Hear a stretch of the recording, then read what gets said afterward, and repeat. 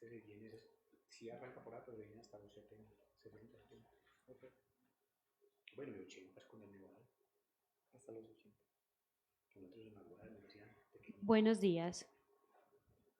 Complacidos por su compañía, les damos la bienvenida a este nuevo Día del Investigador, programa del sistema de bibliotecas que nos permite conocer cercana y personalmente a los más destacados científicos de nuestra alma mater y del país.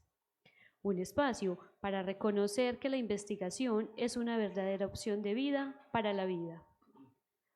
Hoy, el diálogo será entre el maestro en historia Eduardo Domínguez Gómez y nuestro invitado Nelson Vanegas Arbeláez, física y, físico y magíster en física de la Universidad de Antioquia y doctor en física de la Universidad de Londres. El profesor Nelson nos contará sobre su trayectoria académica y las decisiones que les permitieron encontrar en la docencia y la investigación su proyecto de vida. Nació en Manizales y vivió allí durante su infancia y adolescencia en compañía de sus padres y sus dos hermanos mayores. Al iniciar su vida universitaria se trasladó a Medellín, donde ha vivido desde entonces, exceptuando el lapso en que vivió en Londres mientras realizaba el doctorado. El historiador Eduardo Domínguez será el entrevistador del profesor. Él es magíster en Historia, profesor de la Facultad de Comunicaciones y dirigió por varios años el Grupo de Investigación en Comunicación, Periodismo y Sociedad de la misma facultad. Es miembro de la Academia Antioqueña de Historia y fue presentador por más de 9 años del programa de televisión La Fuerza de los Argumentos de nuestra universidad. Damos inicio a esta conversación. A todos les damos la bienvenida y les deseamos un feliz día. Bien, muy buenos días. Muchas gracias por estar aquí, profesor. Buenos días, muchas gracias por la invitación. Es un orgullo tenerlo aquí sentado. Muchas gracias. Yo me siento muy contento con esta entrevista, empezando por tres grandes motivos. Uno, porque es caldense y yo soy de Aguadas, él es de Manizales, o sea que estoy en la mitad del camino. La otra es que a Nelson lo conocí yo cuando yo estaba haciendo aquí el trabajo de investigación en el pregrado y él era aquí monitor de la biblioteca. Y nos veíamos permanentemente, siempre calladito, en silencio, por aquí andaba, prestaba sus servicios en medio de su modestia.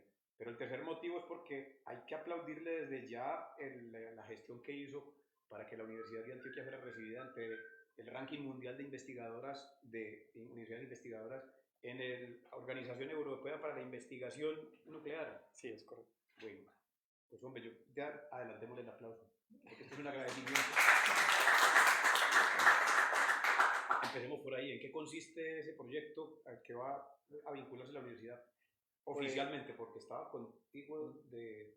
Sí, bueno, es un proyecto de muy largo plazo, un proyecto que viene desde hace 70 años en el mundo y que pues primero envolvió o tuvo participación simplemente de países europeos, ese es su origen, pero que hoy en día tiene participación de 160 países, una cosa así, y en el cual pues se han desarrollado proyectos de enorme envergadura y esencialmente pues lo que hicimos fue hacer un proceso que pues tomó un tiempo, pero que finalmente desde finales del año pasado quedó pues muy en firme en una solicitud que hicimos de entrar a uno de los experimentos del Gran Colisionador de Hadrones, que este experimento se llama CMS, y para febrero de este año pues ya se hizo digamos que se hizo el trámite, se terminó el trámite y fuimos aceptados como miembros plenos de dicha colaboración.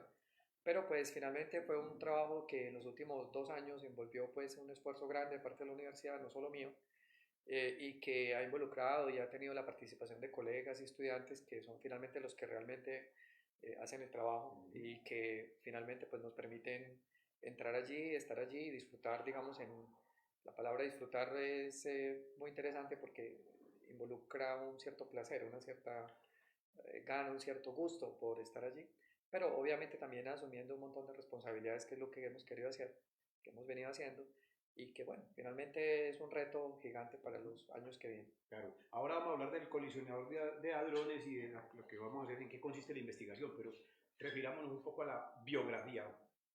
Manizales. No sabemos si uno es de buenas o de malas nacer en un pueblo de esos o no. Pues sí, esa es una muy buena observación. Eh, digamos que el lugar de nacimiento siempre es un asunto muy accidental, no es como que uno escoja. Uno no le ha preguntado a nadie. Por supuesto, no pidió participación ahí.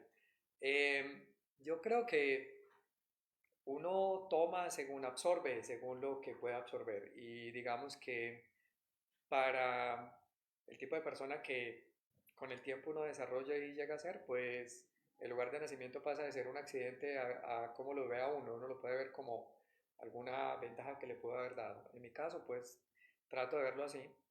Igual es un lugar donde tuve la oportunidad de estar en, por ejemplo, un gran colegio que creo que no se reproduce fácilmente en el país, y eso finalmente tuvo consecuencias de largo plazo que también hoy en día reverberan, hoy en día están ahí y que reconozco personalmente. Entonces, en cierta forma, sí, en cierta forma es eso. Y la otra cosa que yo creo que es muy bonita es estar rodeado de montañas, porque bueno, Manizales era algo así, y de un vecindario muy humilde, muy modesto, en el cual... En Manizales decían que el que diga que Manizales no es plano, le echan a rodar por una falda de esas. Más o menos. Así decía. Sí, o lo mandan a subir una que debe ser peor.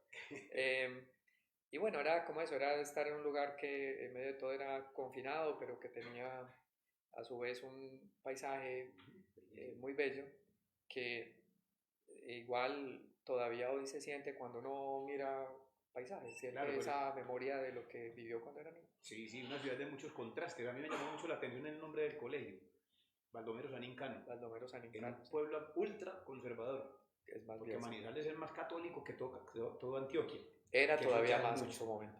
que eso ya es mucho decir. Era mucho más todavía cuando yo era niño. Sé que... Porque él tenía un cariño en el colegio que te contaban de Baldomero Sanín Cano, un liberal, casi masón, casi ateo, Sí, pero liberal de pues izquierda y claramente intelectual. sí, pues es una cosa curiosa, pues, porque el colegio trataba de tomar su identidad del nombre de Baldomero San Incano, pero no hacían un trabajo muy bueno, entonces, en ese sentido. O los estudiantes éramos mediocres y no le poníamos mucho cuidado. Entonces el nombre, aparte de todo, era que no nos gustaba mucho, porque igual no era como un nombre muy que resonara mucho.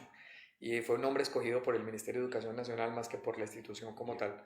Entonces, básicamente eran datos biográficos de Baldomero San Incano más que otra Y cosa. esos que dicen siempre nació en tal parte, murió en tal Exactamente. otra, y dos o Y tres que bobadas y ya lo hay que anuncian. admitir, ya se me olvidaron la mayoría. Y Baldomero, Sanín y Cano no son caldenses. No, para Sanín es un nada. río negro, Sí, exactamente. antioqueño. Sí, son antioqueños, Sí, plenamente. bueno, claro que Sanín no es que sea liberal. Este fue, Bueno, no sé, es la sí, oveja negra de la familia. más bien. Es un intelectual que usted no lo pueden perder. Es de los mejores escritores que tiene Colombia.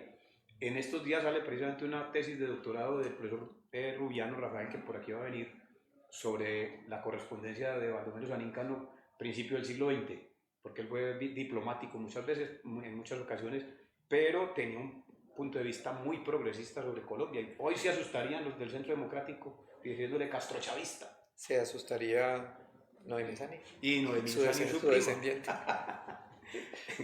Bueno, ¿cómo fue esa primaria y esa secundaria? Entonces, aquí en el perfil que me pasaron, decía que estaba muy orgulloso y muy satisfecho de haber estado en el sector público siempre. Sí, yo creo que pues esa es una observación de los últimos años, más que una observación que yo hiciera en ese preciso instante. Esencialmente, pues digamos que las puertas que estaban abiertas siempre en términos de educación eran de colegios públicos y de escuelas públicas. En ese tiempo las escuelas y colegios eran entidades separadas, no eran como hoy que son instituciones educativas que llevan todo el proceso.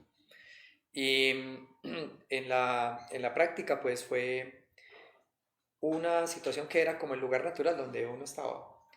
Sin embargo, creo que ahí sí hay un orgullo uno puede tomar de haber partido de lo que eh, provee la educación pública en términos de oportunidades, no solamente de lo que representa el conocimiento y el contacto con el conocimiento, sino también de otras cosas como cierta tolerancia, como la confrontación con cosas que no son parte del paisaje en otro tipo de colegio, porque en la medida en que cierras puertas, también cierras la oportunidad de conocer.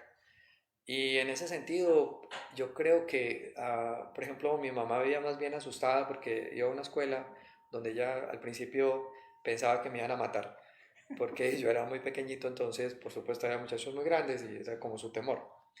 Eh, pero que finalmente pues no me mataron, pero aparte sí conocí un amplio espectro de personas que de ninguna otra forma hubiera conocido, y que a uno le permiten un poco enriquecer todo, desde el vocabulario hasta las formas en que entiende a cualquiera otro. Y yo creo que eso finalmente es como ampliar el corazón un poco, es como ampliar el cerebro y la receptividad.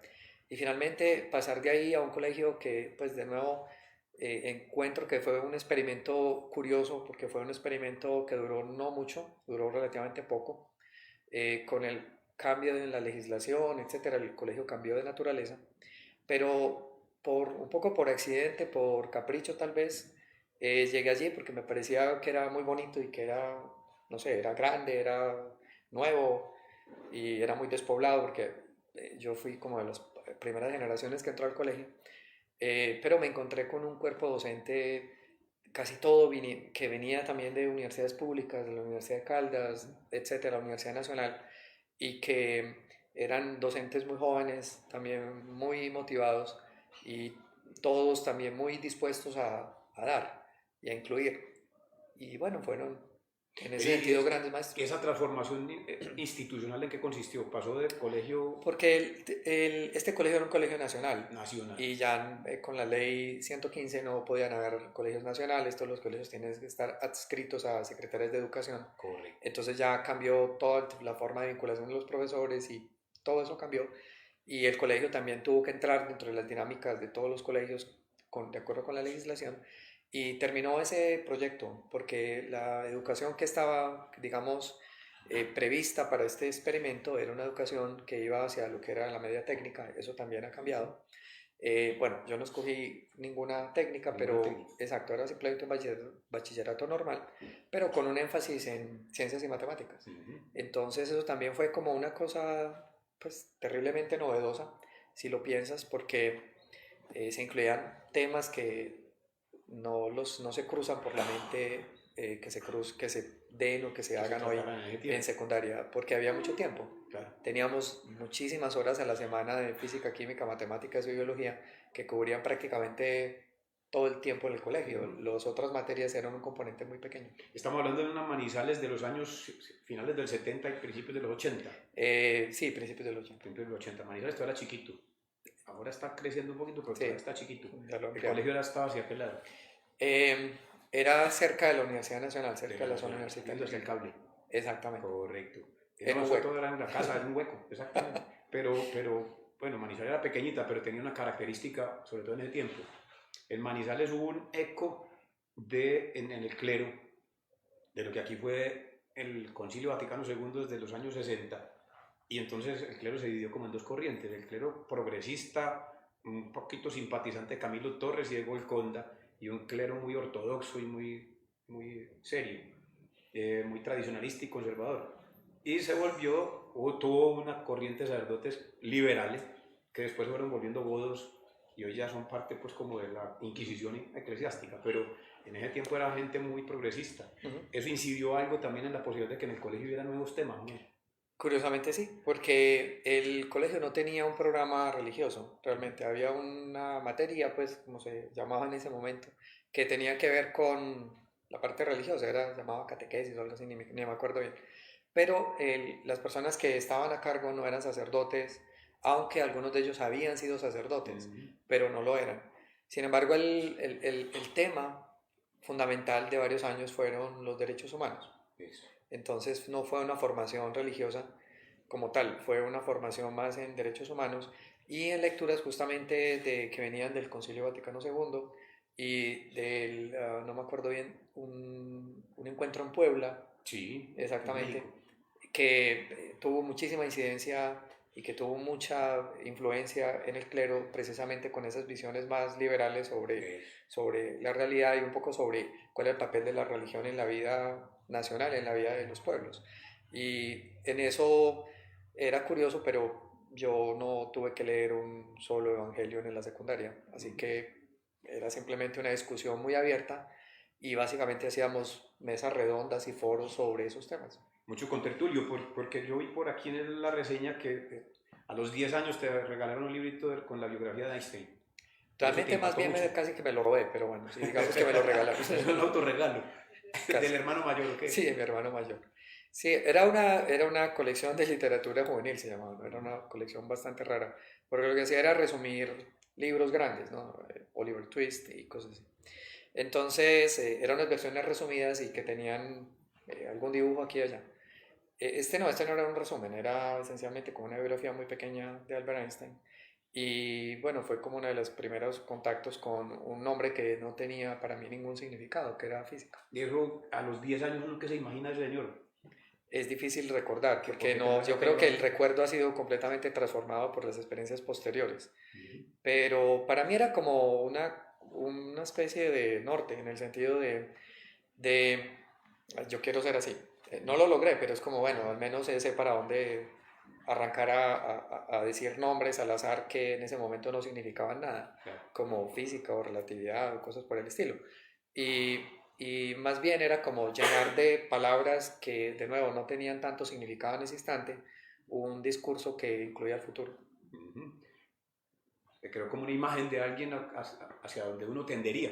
Hacia donde uno podría caminarse. Sí, sí. Bueno, Manizales, zona cafetera, gente conservadora, tradicional. Mejor dicho, no, Manizales tiene una doble cara. Manizales es la típica ciudad colombiana que cumple a cabalidad con lo que le decía un delegado del Departamento de Estado de Estados Unidos en Colombia cuando le hizo el informe al Estado después de que pasó por aquí durante la dictadura de Rojas Pinilla. Decía, hombre, Colombia es un país muy raro, porque Colombia dice que tiene dos corrientes políticas que se oponen la una a la otra, pero yo no he visto grandes diferencias. O sea, lo único que yo encuentro diferente es que los conservadores rezan en público y beben en privado, y los liberales beben en público y rezan en privado. Así es Exactamente, Manizales. sí. Manizales tiene como esa connotación de una ciudad muy aristocrática, eso sí era, y yo creo que fue el gran motivo también para irse. Claro, es que no quiere. Manizales es una invitación a irse, para mí era como, eh, digamos, uno encontraba las puertas cerradas fácilmente y no importaba lo que hicieras, había cosas que dependían del apellido. Alguna vez conocí a una familia muy aristocrática de Manizales, pero la conocí en Londres ya porque era el embajador y su esposa. Entonces estábamos con un grupo de estudiantes colombianos de doctorado, no importa cómo llegamos allá, pero el caso es que nos preguntaron nombres, y usted de dónde es y tal cosa, entonces yo dije el nombre mío y tal, y la señora, que ellos dos eran caldenses, entonces me dice, ¿a usted es de los Vanegas de tal parte? Y yo le dije, no. Y cuando le dije no, miró al otro y usted. Sí, Y no sí, era le sigue el otro. no, ya yo no tenía Sí, no sí. era la realeza local. Es que Entonces, mire, si Tomás Carrasquilla se burlaba de las ínfulas de aristocracia en Antioquia, mejor dicho, vayan a Manizales y métanse, que todavía existe esa idea de que hay gente blanca procedente de los blancos del mundo entero. Por lo regular encuentra unos 4 o 5 que quieren ser arios, o sea, nazis. más bien. Otros quieren ser de la curnia española, que orinan sangre azul. Pero Sí, sí. a la verdad somos una mano de montañeros todos, todos. Sí, sí. Los ricos ya tienen que ir corriendo también. Y bueno, hay que decir aquí, no quiero hablar realmente como mal de la ciudad, pero es que a veces sí se les nota. Sí, sí. Se O nota, sea, es una eso ciudad no con dejaba unos crecer. desastres que el resto de Colombia no ha tenido y desastres que deberían haber previsto hace mucho tiempo y que no los prevén precisamente porque no pueden mirar hacia barrios populares de la manera generosa en que podrían y deberían hacerlo. Por Sí, sí, ejemplo, sí, hay yo, una. una entretención en mi infancia era ir a ver el último derrumbe de 5 o 6 casas cada invierno. Oh, Dios. Era una romería que había que hacer. Alguna vez uno, digamos que lo único que impedía que uno llegara hasta allá era el barro, no otra cosa. Entonces eran zonas que llamaban subnormales y que básicamente eran construcciones en Guadua, en unas pendientes imposibles y que cada invierno 5 o 6 casas se iban. Y pues todavía no se ha resuelto. Hace unos pocos años hubo un derrumbe parecido. Sí. Mi colegio, que quería tanto, también tuvo un problema, claro que fue en un terremoto, pero igual. Entonces, no sé, esas familias de donde salían los alcaldes, especialmente cuando eran escogidos centralmente, esas familias de donde salían los gobernadores, vivían en un sector de Manizales al que había que mirar como con admiración, como eso es el barrio La Estrella, es el barrio no sé qué. Y uno por allá casi que ni podía ir a caminar, era como, allá no se va. La zona a la que podía uno ir a caminar eran dos zonas de Manizales, unas partes muy, muy específicas donde vendían los conos y la gaseosa para que uno fuera. Y el resto era fuera de límites. Y yo creo que aunque eso ha cambiado, pues tampoco es exactamente igual. Todavía hay unas corrientes muy poderosas que mantienen esas cosas en un estado similar. Claro, claro, es que las inmigraciones por estos asuntos de violencia han hecho de Manizales y de todas estas ciudades nuestras otra cosa completamente distinta. Uno va a Manizales, ya la 23 no es lo que era antes, uno decía, No, se imaginaba, pues, pero no, para nada. ya se camina y eso es un tumulto de gente por arriba y por abajo, para todos los lados. Más bien. Y hay una arquitectura muy variada, que Manizales se caracterizaba siempre por las casas en zancos, esas de guaduas que uno miraba por debajo. Las casas eran de 4 o 5 pisos en sótano y por la calle de encima entraban al primer piso. Eran calles de un piso que realmente eran de 7. Que eran de 5 o 7, sí. Bueno, esa relación con los dos hermanos, ¿qué tal? No, pues mis hermanos, una influencia muy fuerte. Pues mi hermano mayor, por ejemplo, pues era como... ¿Vos sos el menor de los tres? Yo soy el menor, sí. Y por eso era que la mamá tenía miedo que fuera para la escuela. más bien. Lo cascan allá. Sí. Pues mi hermano, no sé, era siempre una figura muy protectora. Pues yo vivía en un vecindario que era muy humilde, entonces había todo tipo de riesgos que hoy en día mirando hacia atrás pienso que eran bastante reales. En ese momento no lo sentía así, pero en la calle él era el que me cuidaba. Que sacaba la cara. Sí, en la casa pues mi mamá obviamente, pero en el sentido extenso en la calle era mi hermano. Mi hermano peleaba por mí, se metía en peleas por mí. Le he hecho a mi hermano. Exactamente. Él era el que lo defendía a uno cuando uno se metía. ¿Qué hace él hoy? ¿Cómo? ¿Qué hace él? Él fue juez y ya está retirado. Abogado. Sí, él fue abogado. Y ¿De la Universidad de Caldas o de dónde? No, en la Universidad de Manizales se llama Universidad Cooperativa de Colombia. Cooperativa. Pero no de la cooperativa de acá, era una cooperativa de allá que no recuerdo cómo. No era el Sistema Nacional. No, era otra universidad cooperativa. Pero él fue juez hasta hace un tiempo y ya se jubiló. Sí, y mi hermana es médico. Ella también es producto de universidades públicas y, bueno, una hermana muy generosa. ¿Y los papás qué hacían, hombre? ¿También hacían café o qué? No, sembraba. Mi mamá estaba en la casa generalmente, pero mi padre era obrero de construcción. Y, bueno, después fue maestro de obra y trabajó en construcción, lo cual tenía unas curiosas consecuencias. Yo pensaba que era mala suerte y no, era una recesión económica terrible que acabó con la construcción en los principios de los años 70 y después en los 80, y cada recesión era una parada en la construcción, lo cual significaba que mi papá se quedaba sin trabajo, lo cual tenía unas grandes consecuencias en casa. Claro, claro. Pero para nosotros estamos de malas, especialmente. Entonces hubo unas relaciones bastante raras porque mi madre pues era supersticiosa, entonces hacía riegos, inciensos y nos hacía hacer un montón de ceremonias raras que de cualquier forma que fuera en la vida mantienen una cierta influencia. Sí. Ella había llegado a Manizales. ¿De dónde? No, ella era realmente de Manizales, pero de la zona más rural de Manizales. Ella sí nació en una finca cafetera. Correcto. Mi padre era santanderiano y llegó a Manizales, no tengo ni idea por qué ni cómo, pero él tenía una vida como muy errante. Cuando me contaba, trabajó en un barco pintando el barco. Luego, así conoció muchas cosas. Trabajó en el canal de Panamá. ¿Y como buen santanderiano era liberal o no? Él era muy liberal. ¿Y la mamá conservadora como buena? No, mi mamá era muy liberal también. ¿También? Sí, yo creo que era más liberal que él. De buena, se salvaron. Yo creo que sí fue como algo, sí, providencial. Bueno, ¿y desde Manizales le has echado el ojo a la Universidad de Antioquia o qué? ¿O por qué estás por aquí, viniste aquí? Realmente eso fue como una decisión de último minuto. Cuando terminé de secundaria, había pues como que virar a universidades y yo quería estudiar física, entonces compré el formulario para entrar a física en la Universidad Nacional de Bogotá y no me acuerdo, yo no sé dónde saqué la plata, pues yo no consulté eso con mi mamá y me dijo después, me preguntó y yo le dije, no, yo ya lo compré, yo voy a hacer eso. Entonces me preguntó cuáles otras opciones había y le dije pues que la otra opción era como en la Universidad de Antioquia en ingeniería electrónica o física.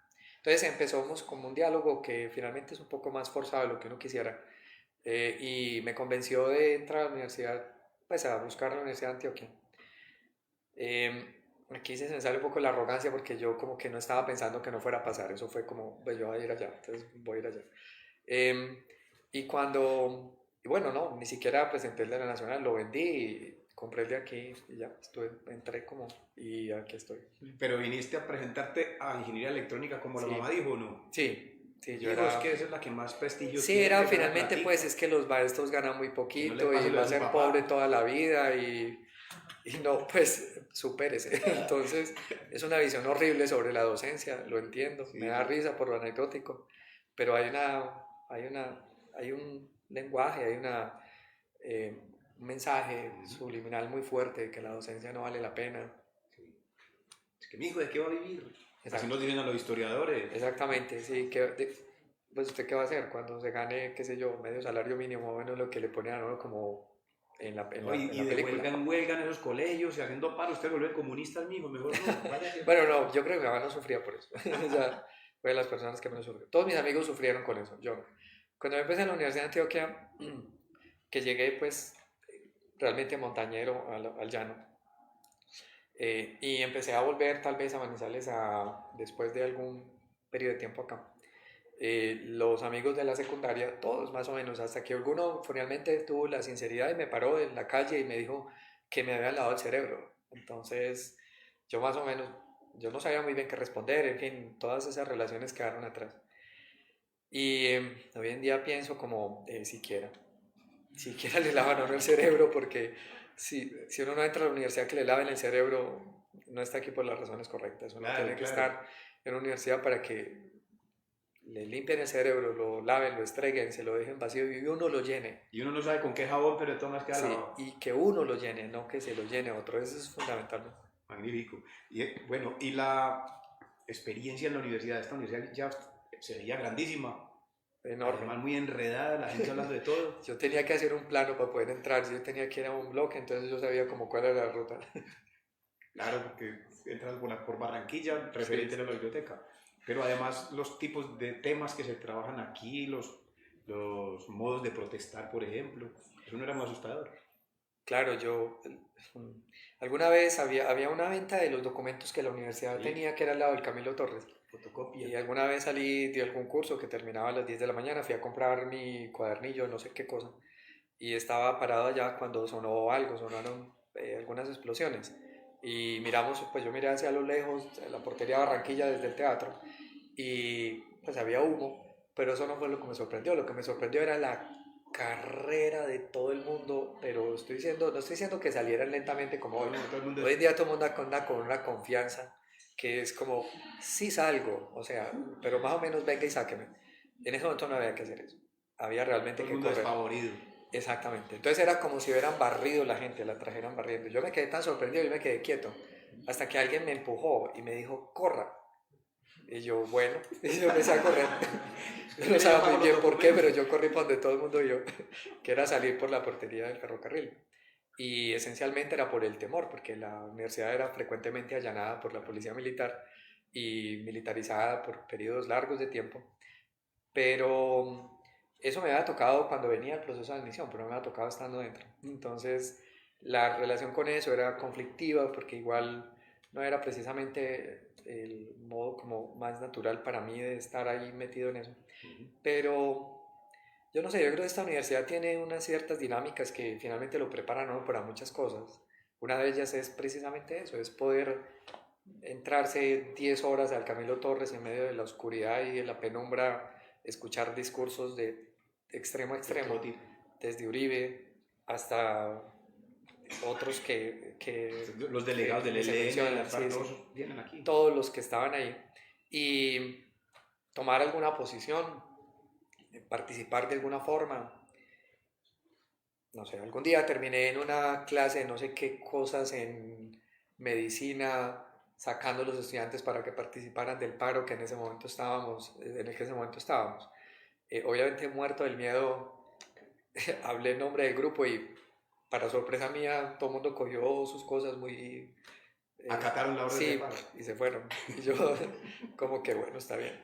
Pero eso es una forma de hacer parte de un discurso, de una dialéctica que finalmente es muy enriquecedor para el largo plazo. No te aporta mucho en términos de tiempo porque alarga enormemente el periodo de graduación, pero Pero en términos de otras cosas en la vida, yo creo que fue muy interesante y muy, muy, muy rico. Es lo que llaman otros el currículum oculto, que es lo que uno va Sí. aprendiendo en el mundo Bueno, cultural de la universidad. No era tan oculto, Eso era visible. era más bien visible. Y además explosivo. Sí, bastante.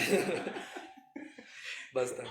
Pero finalmente era como la posibilidad de entrar a un lugar donde, por ejemplo, había una biblioteca. Eso. O sea, yo, por ejemplo, realmente Medellín, bueno, la Biblioteca Pública Piloto tenía unas colecciones buenas, pero bueno, digo, con respecto a lo que tenía antes, las bibliotecas de Manizales eran relativamente pequeñas, sin mucho acceso, y poder llegar a un lugar donde había libros y uno podía y tenía el tiempo para hacerlo, era como la experiencia que uno, pienso, hoy en día debe buscar.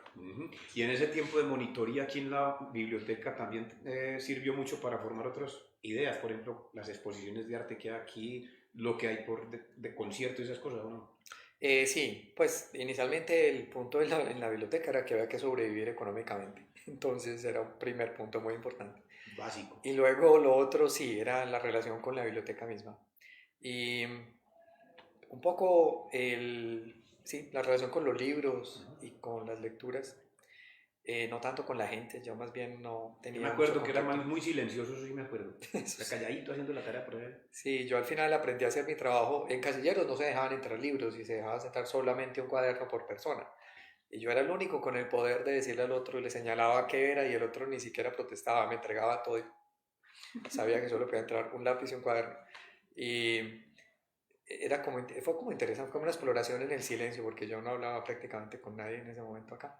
Pero tenía buenos amigos, que todavía algunos están en la biblioteca, y eso era diferente, porque era un contacto con otro tipo de personas, con otro tipo de búsqueda, y con otro tipo de relación con la ¿Y cultura. entonces la vida en Medellín fue de unos familiares o pagando? No, eso fue residencia? llegando a una casa de familiares de una compañera del colegio que justo se habían venido a ir a Medellín, y básicamente me dieron un lugarcito en una habitación y fue ahí fuera una cama y una caja con mis cosas, eso era.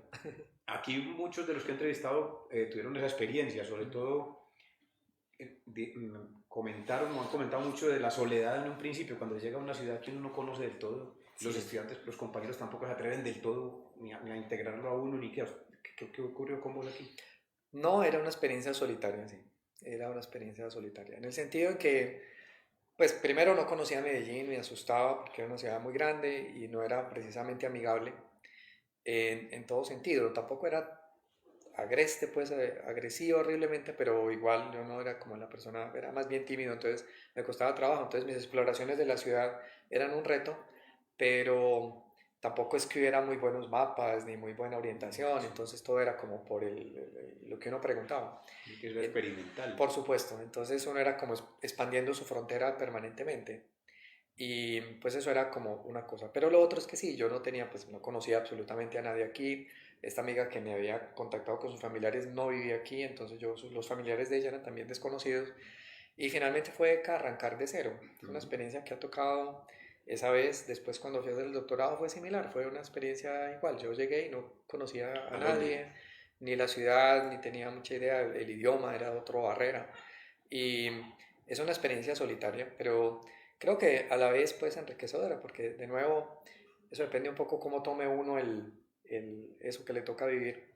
Y tenía sus componentes de dolor, en el sentido de que, pues por ejemplo, yo volvía a la casa de mi familia, entonces me trataba muy bien, al final yo le terminé diciendo a mi mamá, no me haga todo, que yo después llego allá y me toca hacer todo a mí y me empieza a hacer muy pesado a empezar de cero.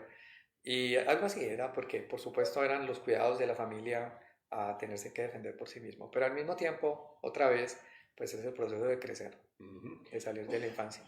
Entonces vos los viernes en la tarde salías y quedabas libre hasta el lunes. Para leer. Para leer.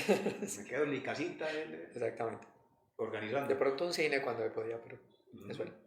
Bueno, y durante la carrera, es decir, el departamento de física, estabas ahí, lograste hacer buenas relaciones académicas con el profesorado y los compañeros, o en ese silencio tuyo. Más o menos, porque como cambié de ingeniería a física, yo llegué a física ya muy al final del programa, entonces no hice muy buenos amigos porque pues apenas los conocí cuando ya 2, 3 semestres antes de graduarnos.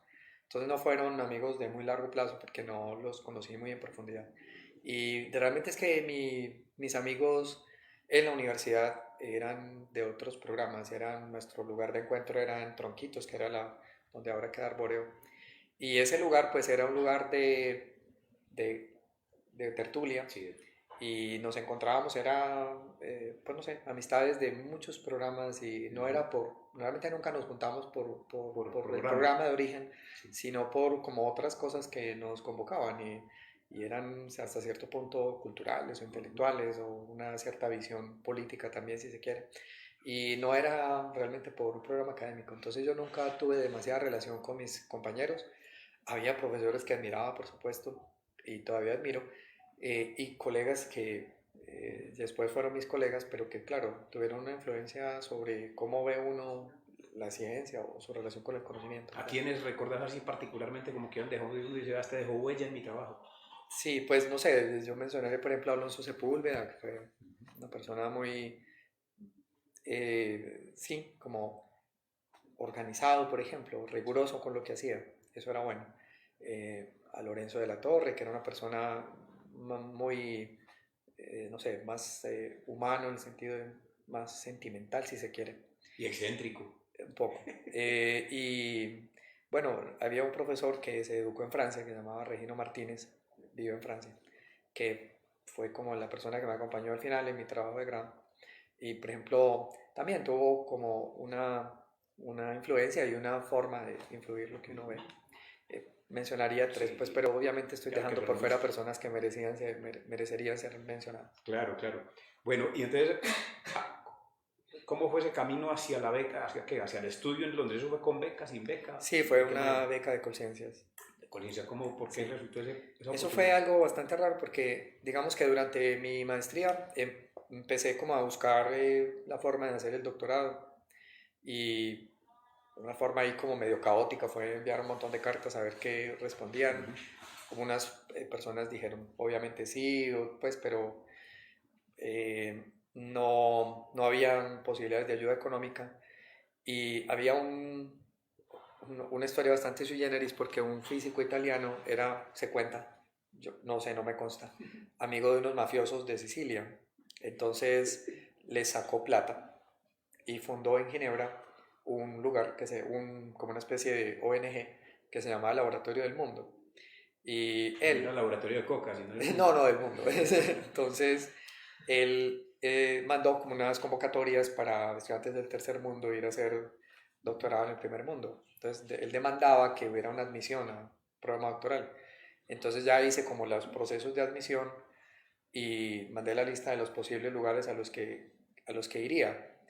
Eso se enredó por otras razones, pero dentro de esos procesos de admisión terminé con uno en la Universidad de Londres que fue exitoso y tenía pues la admisión, y justo en ese intervalo empezó a trabajar Colfuturo.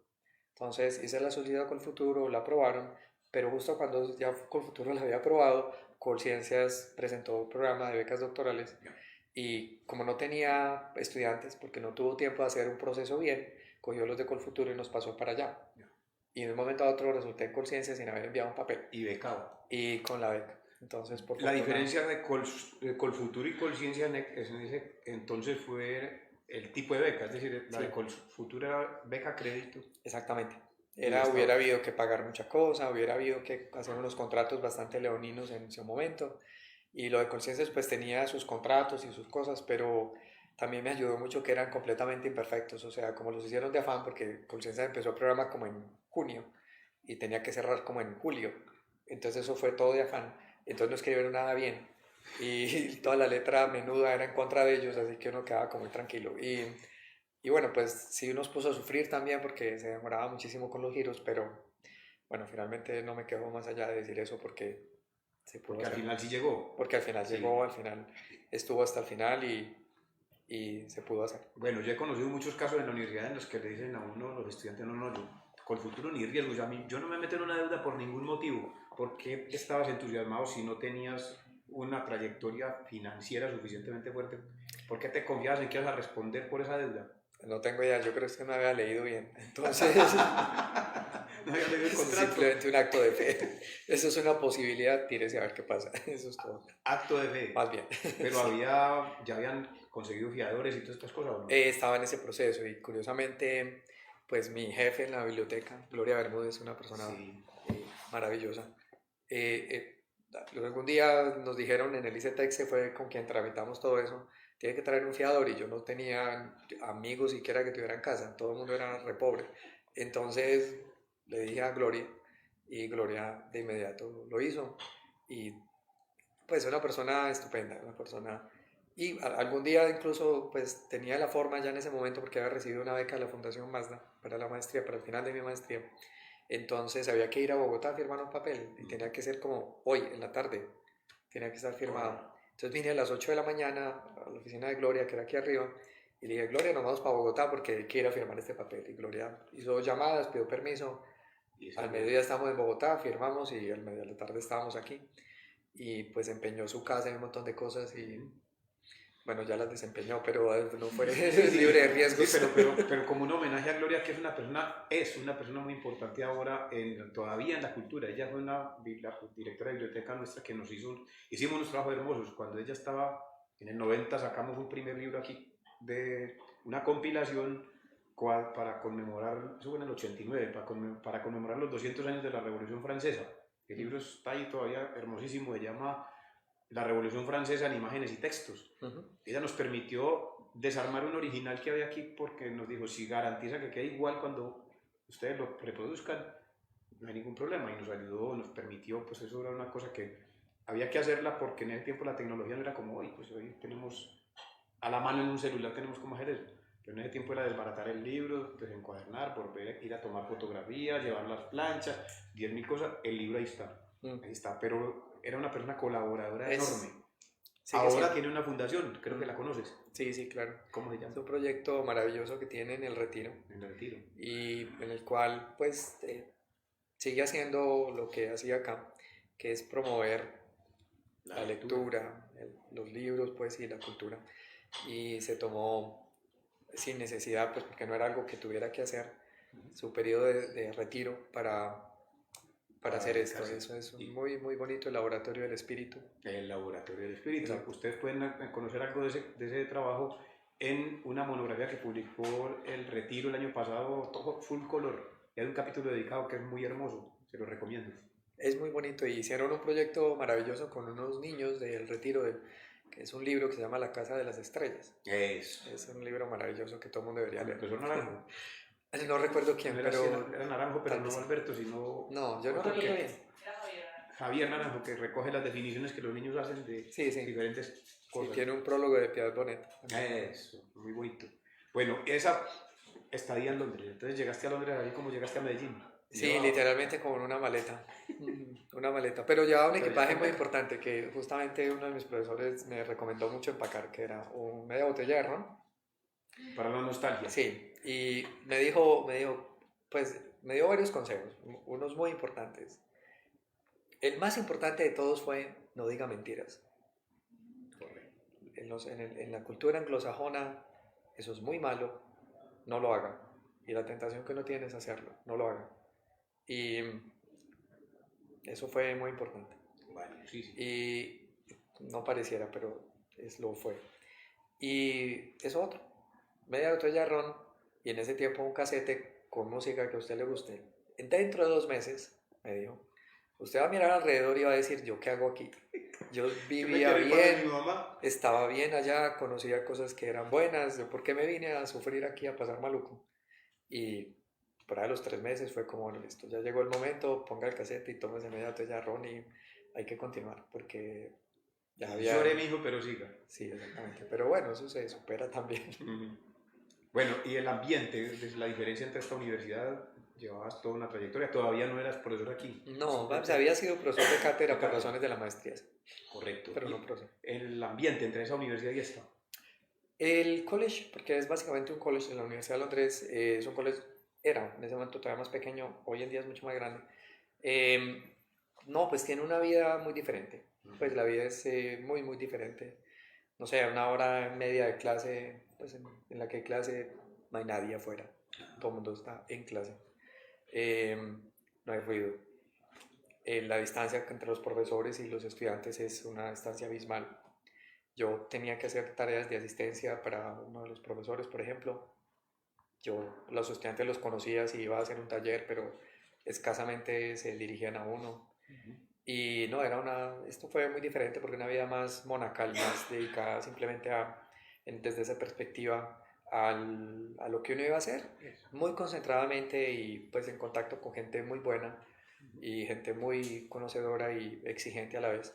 Aparte de unas cosas iniciales difíciles, porque finalmente yo pensaba que yo sabía inglés y cuando llegué allá dije, no sé nada. Entonces hay que recuperar terreno, hay que ponerse al día, hay que hacer esto, hay que hacerlo bien. Y eso fue un reto enorme. Y después está una ciudad pues maravillosa, una ciudad estupenda donde un buen día hay 30 horas de teatro, 15 conciertos, cualquier cantidad de películas en cualquier tipo de cosa.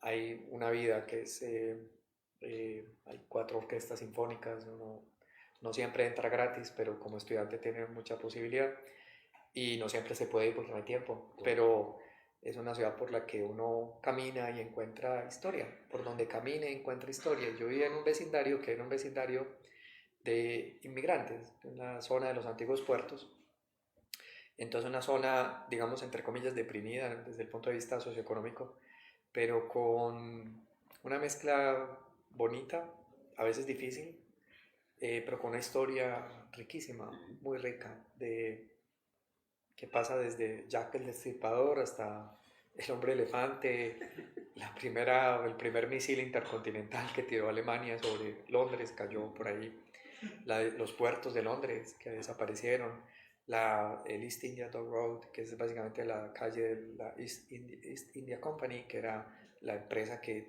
era una empresa la que tuvo la colonia en la India, no era el gobierno británico, era una empresa. Y ese tipo de cosas. Entonces es un contacto con la historia. ¿Y fueron cuántos años allá? 5 años en total. 5 completicos. Sí, casi. ¿Con viajes periódicos o no? Vine un par de veces. Sí, vine un par de veces, pero no eran tan periódicos, pero sí. Bueno, ¿y la tesis era sobre qué el doctorado? Yo hice una cosa de física teórica muy colindante con matemáticas, que se llama teoría de cuerdas. Teoría de cuerdas. ¿Y cómo fuiste a dar entonces al proyecto del colisionador? Eso fue una curva rara. Cuando yo estaba haciendo mi maestría, sí fue una cosa más relacionada con lo que tiene que ver hoy con el CERN. Entonces, pues tenía pues algo en mi currículo, si se quiere, tenía ese tema. Pero, digamos, me había alejado mucho de eso y finalmente, cuando en un momento a la universidad, por razones del plan de desarrollo institucional y otras componentes, se planteó como la necesidad de que la universidad participara en colaboraciones científicas pues, grandes, relevantes y que tuvieran, digamos, un impacto mundial. Empezaron a buscar pues, cuáles eran esas colaboraciones. Unas de ellas estaban obviamente en el Centro Europeo de Investigación Nuclear. Un poco buscaron quiénes podían ser pues, el contacto. Como lo que hace ya esencialmente es física, entonces alguien de física, y como esencialmente tuviera que ser alguien de física de partículas, pues el grupo no es muy grande y yo pues finalmente dije que yo lo hacía porque es una forma de mantener el cerebro joven, pienso yo. Ajá.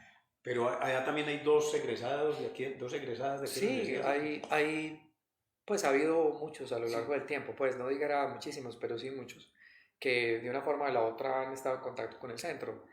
Por ejemplo, en este momento somos 3 profesores, los otros 2, todos somos egresados de aquí y hemos ya pasado tiempo allá. Hay otros chicos que han estado acá y han buscado con otros grupos en el mundo contacto y que han estado y participado en las colaboraciones. ¿Sí?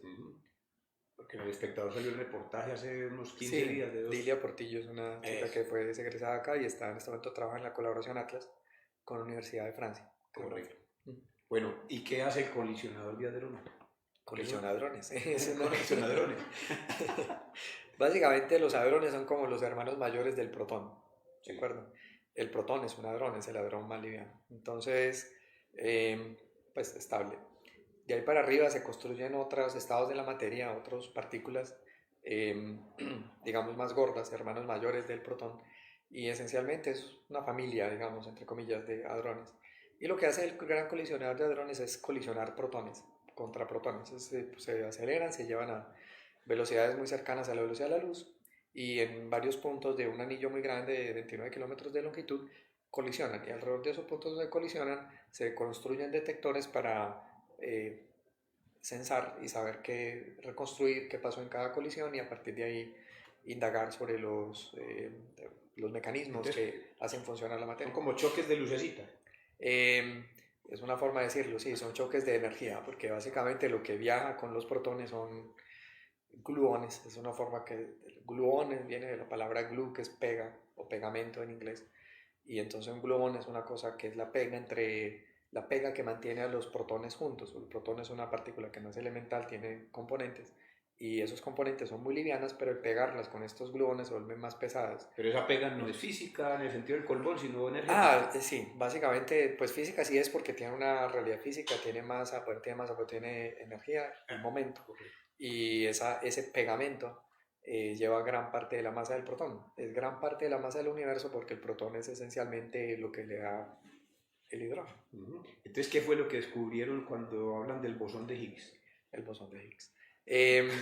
Básicamente, esencialmente es una construcción teórica previa, pues, que se hizo de los años 60 y 70 para tratar de modelar una gran cantidad de estructura en la materia subnuclear que se había observado y que no tenía muy buenas explicaciones. Había unas irregularidades que no se podían explicar muy bien, pero que eran notorias.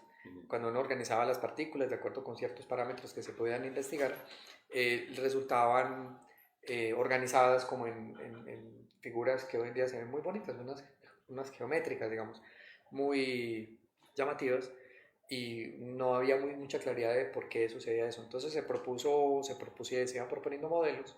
Uno de ellos, por ejemplo, la teoría de cuerdas, tuvo su origen justamente ahí, y en los años 60.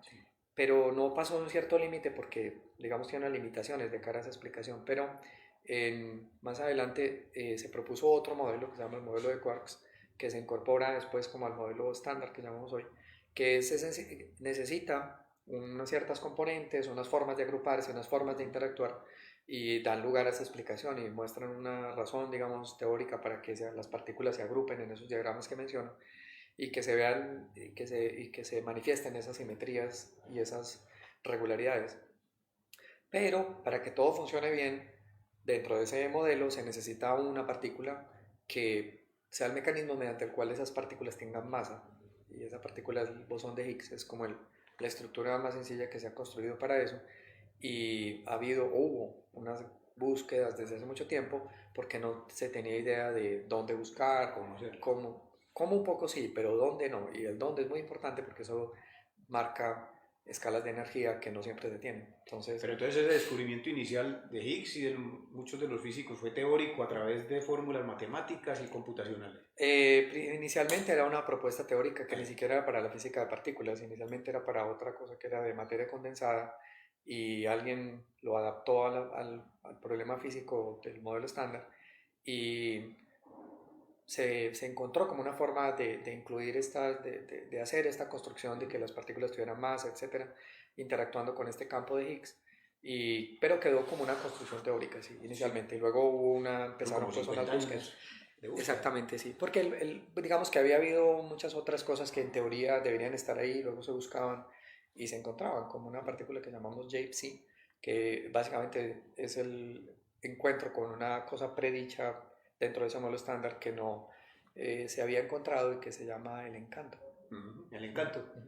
Vean ustedes, hombre, como los nombres son tan telúricos. Sí, como la física es un poquito seca a veces en ese sentido, te le ponemos nombres llamativos a ver si llegan a estudiar. Así otros encantan. Sí. Pero entonces, en el momento, pues yo vi muy contento, según lo que mostraron en la prensa, a Higgs cuando dijo, bueno, eso era lo que esperábamos, que hubiera una prueba empírica. Pero yo siento que los editores, o por lo menos quien bautizó eso como en vez de dejarla como el bosón de Higgs, le puso la partícula de Dios, entonces nos dañó el trique a todos los ateos. No, realmente fue un premio Nobel de física, que la llamó así. Federman, Nicolás Federman. Le puso la partícula de Dios. Yo había entendido que eran los editores de... No. Fue un premio Nobel de física. Físico. Trabajaba en Fermilab, en uno de los laboratorios nacionales de Estados Unidos, donde se descubrió el quark top. Antes se llamaba el Quark True, la verdad, La verdad. Quark de la verdad. Después le pusimos top, hay que dañar las cosas. Pero él escribió un libro, sí, más arriba. Él lo llamó la partícula de Dios, porque era un poco la explicación dentro del modelo de por qué las cosas funcionaban como funcionaban. De que había una Sí, pero no fueron los editores. Esta vez no metieron la pata, no. Siquiera, yo estaba muy preocupado. No tuvieron la culpa. Bueno, ¿y la Universidad de Antioquia qué va a hacer ahí propiamente en este proyecto como institución? No, hay de todo, o sea, hay una cantidad de retos gigantes, nos faltan manos y lo que queramos, es lo que queramos. Pues hacemos cosas que tienen que ver con el análisis de los datos, Sí. que es una tarea muy complicada, pero es una tarea muy buena, interesante. Por ejemplo, ya uno de nuestros colaboradores trabajó en el descubrimiento de una partícula que antes no se había registrado, que pensábamos que era una, resulta que eran dos. Ese tipo de cosas son retos intelectuales de muy alto nivel y muy interesantes porque se hacen en una colectividad donde hay un verdadero trato de pares, y el buen trato de par académico es el trato riguroso. Entonces no hay nunca una mirada condescendiente, es un trato de pares. Estás aquí, haces lo que todo el mundo hace, nadie pregunta a usted dónde vino, de dónde es egresado, cuál es su apellido, como mencionaba ya al principio, usted si es de los Vanegas buenos o de los pobres de allá, sino que es, usted tiene que hacer esto, sabe hacerlo, hágalo, ya está. Entonces hay una demanda por el rigor. Y entonces es una cosa. Y la otra es, pues aparte de análisis de datos, pues hay una gran cantidad de retos computacionales, hay retos desde el punto de vista de la parte dura del experimento, que son la instrumentación, la electrónica, incluso los materiales, el funcionamiento, los sistemas. O sea, hay unos retos enormes que lo que nos faltan son manos, honestamente. Yo creo que hay hasta aspectos de arte, hay unos colectivos de arte en el CERN que trabajan por esto, hay colectivos que trabajan o trabajamos por aspectos educativos, hay colectivos que trabajan por otros aspectos de inclusión, porque el CERN es una entidad muy grande, donde además pues llega gente de todo el mundo, pero pues hay que decirlo, o sea, en la física los hombres somos una a veces terrible mayoría, y pues tenemos unas visiones cerradas sobre muchas cosas, entonces hay unos proyectos más de inclusión, en fin, hay una enorme cosa y todo. Modificar el machismo en el enfoque científico. Por ejemplo, eso no es muy fácil, nosotros somos 44 profesores hombres y 2 mujeres, y eso tiene un impacto enorme sobre el programa, y sobre los estudiantes, y sobre cómo ven, cómo se relacionan ellos con cosas como el colectivo científico del mundo.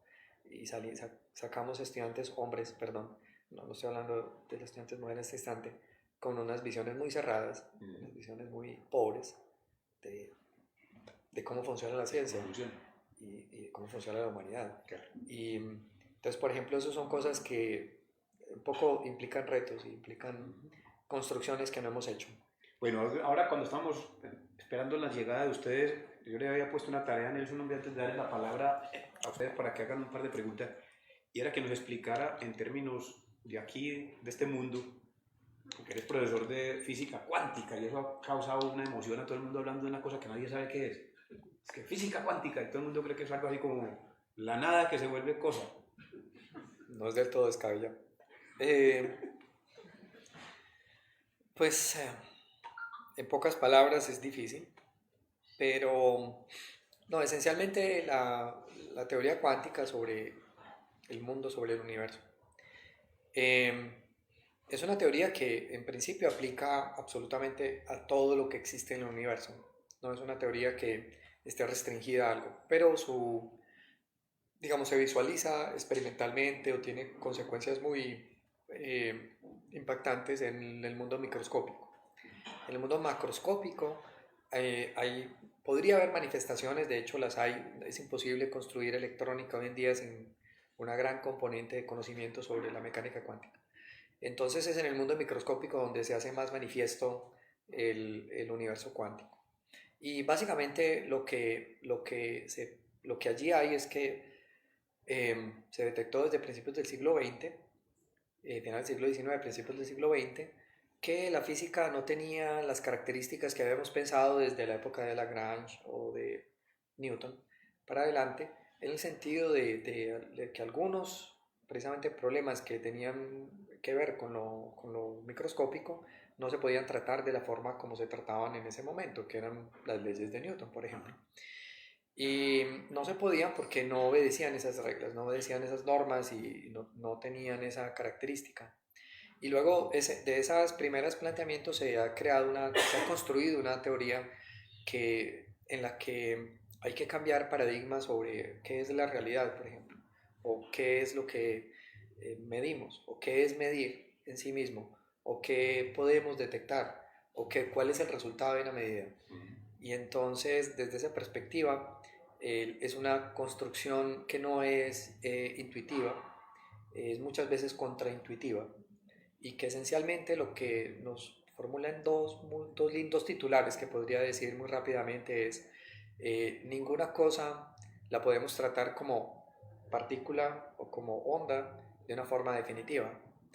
Cualquier cosa es una cosa o la otra dependiendo de cómo uno hace las medidas, de cómo uno construye o indaga en la naturaleza.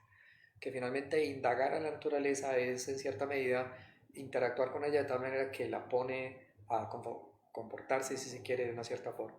Y que cuando se respetan esas reglas, los resultados, por eso la palabra cuántica, conllevan el aceptar que, por ejemplo, hay cosas que no tienen comportamientos continuos y suaves, sino que incluyen saltos drásticos de un estado a otro, y que esos saltos drásticos tienen unas ciertas reglas que implican dinámicas muy distintas a las que estamos acostumbrados. No son reglas fijas, sino que son... No, las reglas sí son bastante fijas, sí pero fijas. las reglas son muy fijas, pero el resultado de las medidas no necesariamente. No necesariamente. Entonces hay una cierta incerteza en todo lo que haces. Claro. Esa cierta incerteza desesperaba a mucha gente, por ejemplo a esto. Claro. ¿Entendieron? Muy bien, mañana hago el examen.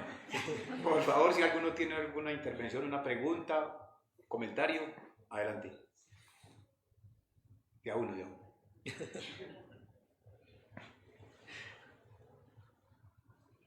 ¿Nadie aspira a irse a trabajar al detector? Muy bien, entonces vamos a darle un aplauso al profesor por su...